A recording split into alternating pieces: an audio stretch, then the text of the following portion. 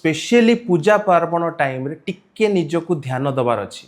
पूजा पार्वण time रे कहीं मना करूना आपन पूजा एंजॉय करिया को, कहीं मना करूना बाहर जाइकी बुलिकी देखा कि कहीं मना करूना तले बसिकी गोटे पूजा करिया को, किंतु एटा केबे केमती करिले चलिबो। तो सेथिपाई कौन करिया पड़िबो, जेतेबेले आपण तले बसिकी पूजा करूचंती तो पूरा टोटली तले बसंतु नाही।